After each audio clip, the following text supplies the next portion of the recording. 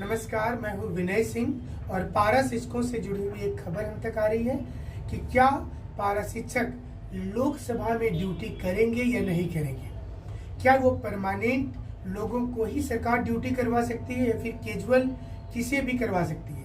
पारा शिक्षकों का मानना है और शिक्षा मित्र का मानना है कि सरकार जब उन्हें वेतन देते समय नियमावली को कुछ और बताती है तो ड्यूटी करते समय एक जैसा क्यों। जाहिर सी चीज है कि लोकसभा का चुनाव है, सभी पारा शिक्षकों को ड्यूटी करनी है। ऐसे में पारा शिक्षकों की ओर से सवाल उठाया गया है।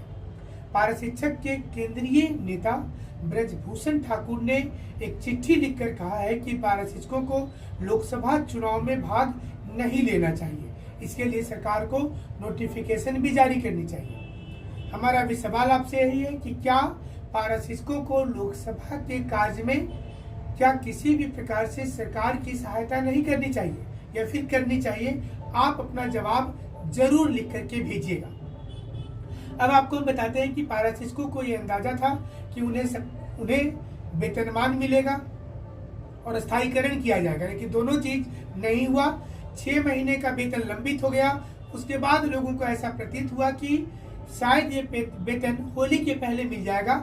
होली के पहले सिर्फ 1 महीने का वेतन मिला और उसके बाद अब कोई भी आसार नजर नहीं आ रहा है। अधिकांश लोगों ने हमारी पिछली वीडियो का समर्थन किया है, 1-2 को छोड़ करके। 1-2 लोगों ने लिखा है कि आप बिना जानकारी के ये चीजें कह रहे हैं। हम उन सभी लोगों को कहना चाहेंगे कि आप पूरी वीडियो को देख लीजिए। पिछले जितने दिनों से पारा शिक्षक का आंदोलन चल रहा है और जितनी वीडियो हमने आपको भेजा है, किसी भी वीडियो में हमने गलत जानकारी नहीं दी है। हमने कोशिश किया है कि आप तक सटीक और सही जानकारी दी जाए। हमारे पास में मैसेज किए हैं देवघर जिला से सरवा से टीचर है रंजीत कुमार जी, और इन्होंने कहा है कि जो पारा शिक्षक के नेता है उन्हें झारखंड अब तक न्यूज चैनल में जाना चाहिए और जाकर के अपनी सफाई देनी चाहिए। साथ ही उन्होंने भी कहा कि वो समर्थन करते हैं सभी पारा शिक्षकों की ओर से कि लोकसभा के में जाने के पहले, मतलब लोकसभा का जब चुनाव हो रहा है तो वहां पर ड्यूटी के पहले या तो उन्हें सभी लोगों को पूरी तनख्वाह मिल जाए, अन्यथा उन्हें इस कार्य से वंचित कर दिया जाए, क्योंकि लोकसभा में जाना आवश्यक है। चुनाव ड्यूटी को आवश्यक बना दिया गया है।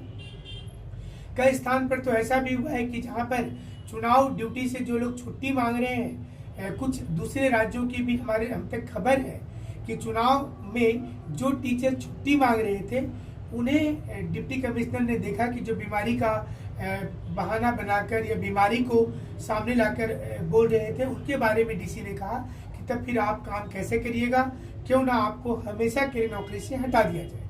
वहीं दूसरी ओर पारा शिक्षक और शिक्षा मित्र ने ये कहा है कि उन्हें चूंकि अस्थायी वेतनमान नहीं दिया जाता है और न ही अस्थायीकरण की कोई प्रक्रिया अभी वर्तमान में जारी की गई है, लिहाजा उन्हें सरकार तो परमानेंट कर्मचारी समझते ही नहीं है।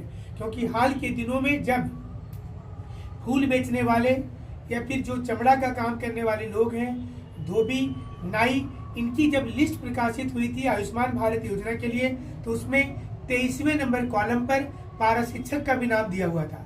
पारा शिक्षकों में इसे लेकर भी नाराजगी थी और पारा शिक्षकों का मानना था कि उन्हें गांव घर में अच्छी इज्जत मिलती है, लेकिन अब जिस प्रकार से सरकार उन्हें जिस कैटेगरी में कर दे रही है तो इससे ये जाहिर हो जाएगा कि ये अस्थायी मजदूर है और इन्हें डेली बेसिस में ही भुगतान किया जाएगा। यही कारण है कि पारा शिक्षक गुस्से में है और उन्हें लगता है कि उनकी समाधान को देखने वाला कोई भी नहीं है, क्योंकि जितनी भी पार्टी की सरकार अभी तक आई है सभी लोगों ने कमिटमेंट तो किया, वादा तो किया, लेकिन वो अंत में जाकर पूरा नहीं हो पाया। यही कारण है कि सभी पारा शिक्षक अब ये मान रहे हैं कि उन्हें जब कर्मचारी माना ही नहीं जाता है तो फिर लोकसभा का और विधानसभा में ड्यूटी क्यों ना उन्हें हमेशा के लिए बोल दिया जाए कि आप अस्थायी कर्मचारी हैं और आपको किसी भी प्रकार की सरकारी ड्यूटी में नहीं लगाई जाएगी। और यही सवाल को अब कई केंद्रीय नेता जो है पारा शिक्षक के, उन्होंने अलग अलग अखबार के माध्यम से उठाया है। हमारे साथ अब बने रहिएगा, मैसेज जरूर कीजिएगा कि क्या पारा शिक्षकों को चुनाव ड्यूटी नहीं देनी चाहिए या फिर देनी चाहिए। दोनों में से आपका जो भी उत्तर होगा आप जरूर लिख करके भेजिएगा। हमसे जुड़ने के लिए आपका बहुत बहुत